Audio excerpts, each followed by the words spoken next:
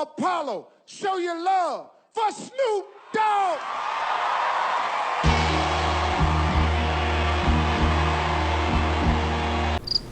¿En serio?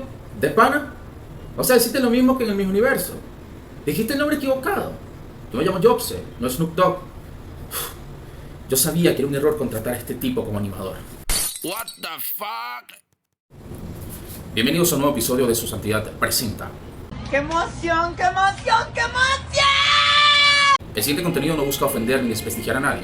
Tampoco representa una mayoría, aunque sí una importante cuantía, de grupos evangélicos.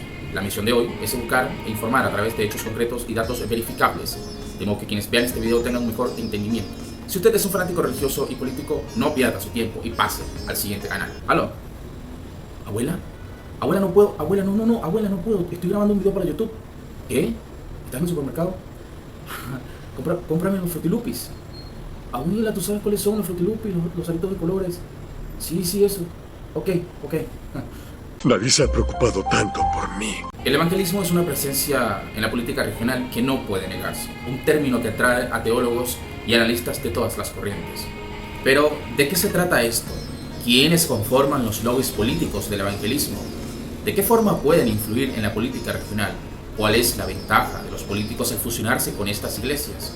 ¿Cuál es su ideología? Aunque mencionarlo sería repetir la barajita del mismo álbum, debo hacerlo para parecer intelectual y poner en práctica mis talentos como narcisista. Los judíos y los musulmanes no buscamos darle interpretaciones teatrales a las Santas Escrituras. Esto es porque en el 100% la religión proviene de nuestras tierras. Los seguidores foráneos que se han encargado de falsificar nuestra cultura son los que le dan estas interpretaciones sensacionalistas, caricaturescas a los Hollywood, para así racionalizar su interés detrás del culto. Pero veamos el ejemplo. Pase de esa Biblia para acá. Ahí hay una línea de poder de Dios. Yo lo declaro. Aquí hay. Pase. Corra, pase. Camina y pase.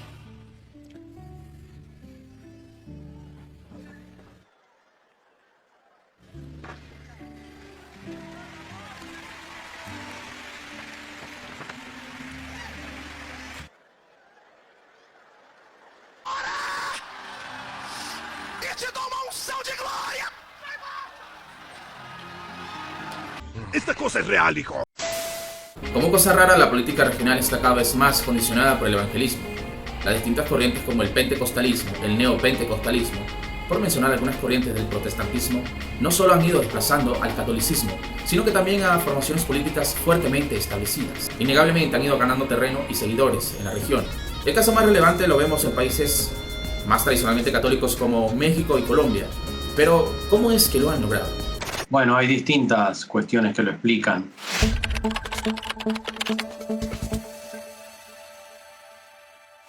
Por un lado, el desarrollo de las corrientes pentecostales, neopentecostales, esta renovación religiosa dentro del protestantismo, la idea de la curación divina, del hablar en lenguas, de una renovación carismática que se produce en las iglesias evangélicas en la segunda mitad del siglo XX.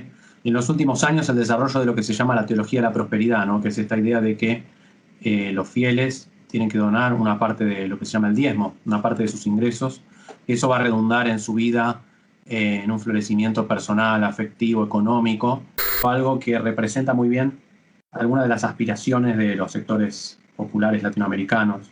En un continente víctima de sanciones, malversación de fondos públicos y con un circo mediático bélico en redes sociales y televisión, el evangelismo ha encontrado la oportunidad para venderse como la nueva alternativa electoral, usando como arma principal la caridad. Si bien entendemos que algunos países no se dan abasto por las razones más lógicas, ellos no te lo hacen ver de esa forma.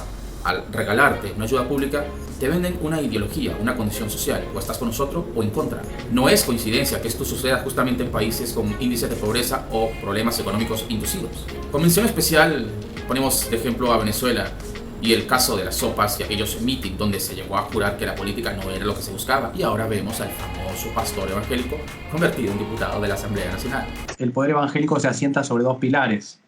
La cuestión territorial, que tiene que ver con la precariedad de la vida de muchas personas, sobre todo en América Latina, pero también en Estados Unidos, donde son los hispanos evangélicos, una de las colectividades que más está creciendo. Es un fenómeno que en alguna medida está asociado a la pobreza o a las situaciones de precariedad, no solo económica, sino también afectiva. Como un migrante se siente en una situación de falta de lazos comunitarios, Muchas veces estas iglesias permiten generar esos lazos comunitarios, pertenecer a una comunidad. Son más flexibles también para su expansión, ¿no? Un pastor no tiene que necesariamente cumplir con una serie de estudios, no se reporta al Vaticano, que es una estructura jerárquica, sino que es más flexible en el sentido, cualquiera puede crear una iglesia. Todas esas flexibilidades le dan mayor capacidad de adaptarse y de expandirse.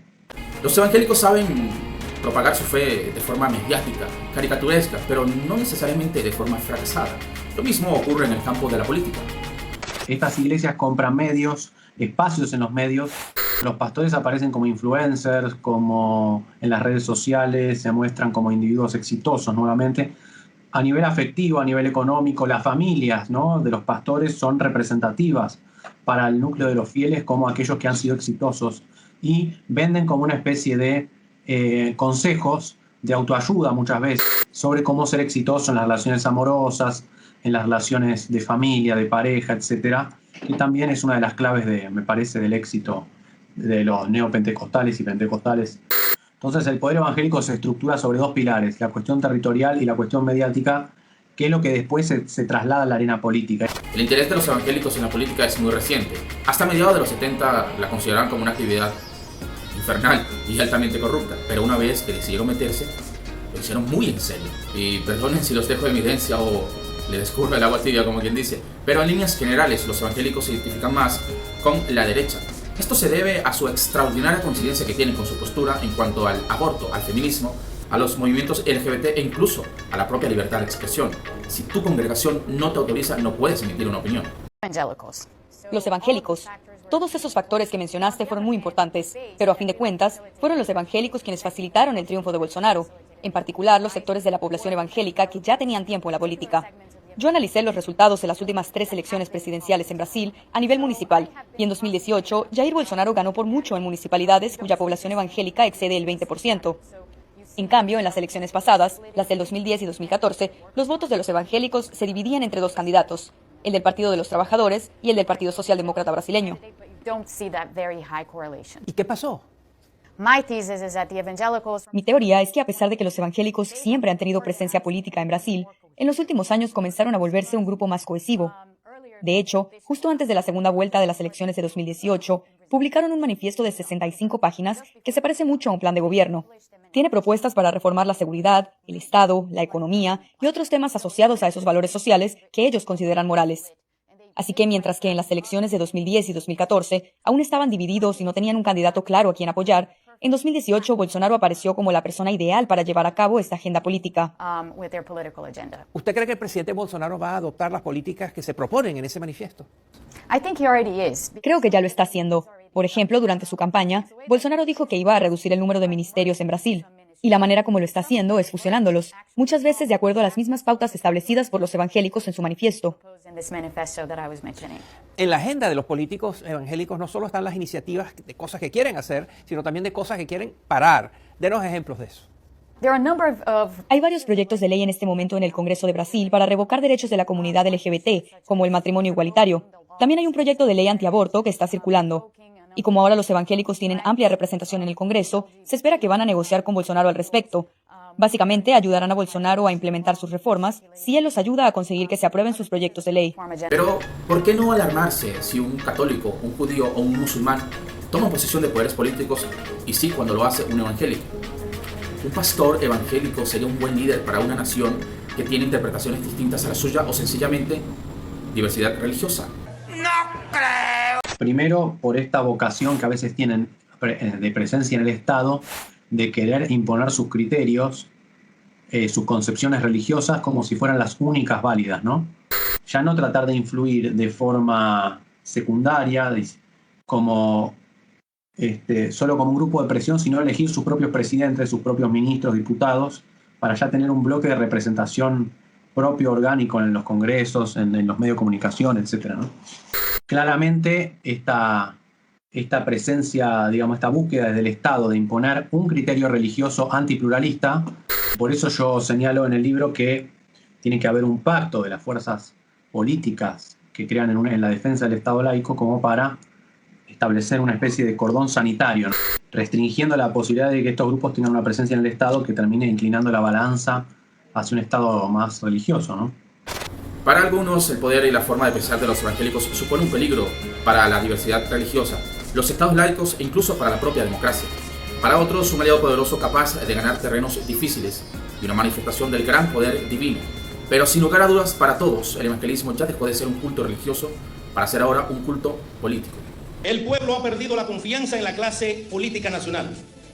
Hoy, la República Dominicana necesita de hombres y mujeres con temor a Dios y con mucho amor al prójimo para hacer un gobierno como Dios manda. Otro aspecto preocupante es la codicia del ser humano, sin temor de Dios, que ve en la política la oportunidad de enriquecerse sin recibir las sanciones de la justicia.